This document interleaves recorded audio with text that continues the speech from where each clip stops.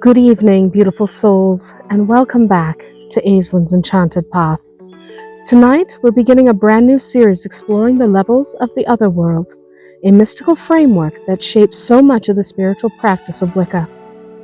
The OtherWorld is not one singular place, but a collection of many different planes. Now, these planes are generally divided into three great levels: the Overworld, the World, and the Underworld. Each level overlaps with the others, and each one holds lessons that guide our spiritual growth. In this first part of the series, we'll be focusing entirely on the Overworld, the highest of these realms. It is here where we find the birth of the universe as we know it. From the lady's womb came forth all life, and we remain forever connected to her. Even if we don't always realize it, we carry a piece of the Overworld within us. Now, most mythologies around the world suggest that the spirit's movement is downward. Christianity speaks of a God who sends his Son down to earth, and of angels who fall from heaven.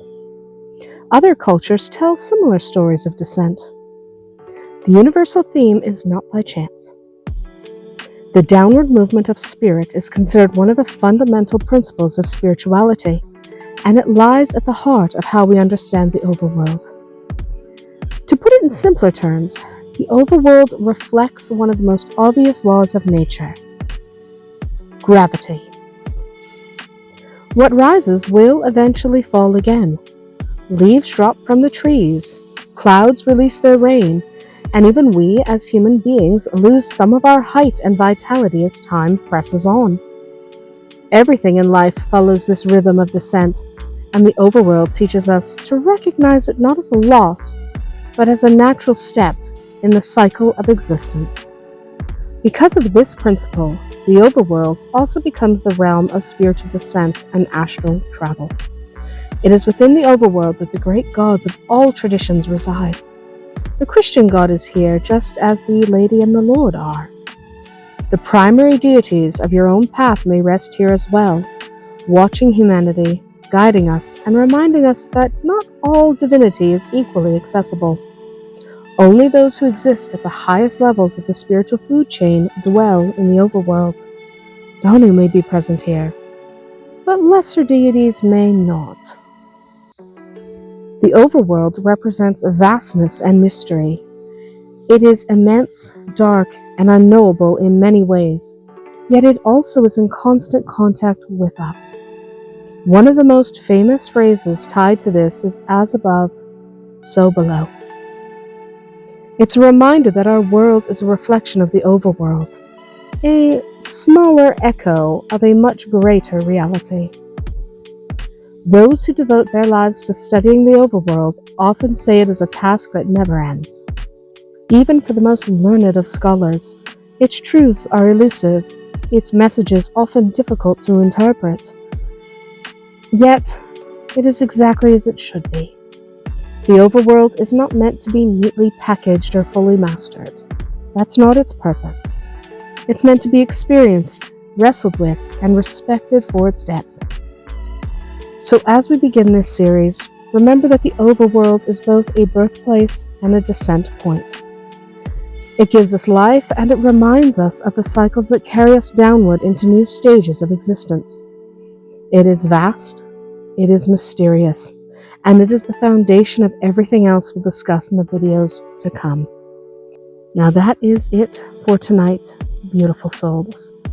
In our next video next week, we'll dive deeper into the Overworld by exploring the 8 primary planes that make up this vast and wondrous level. But remember, each tradition will view them differently, so while I am going to give you the names of 8 major planes, these names might be different in your tradition. I'm going to use very simple language like the colored planes. I am not going to get too detailed or technical in these videos, mostly because how we view the Overworld is greatly tinted by our own personal lens. And it is really influenced by the tradition you were taught in. So it is impossible for me to tell you what the Overworld is supposed to be. It's impossible for me to tell you exactly what each plane should be called or should be represented as. It's also impossible to count all the planes. I'm going to talk about 8 of them in the next video. I'm not going to go beyond that. I may throw in a couple extra, so we might go to 10, but I won't go beyond that. Just because we could sit here all day.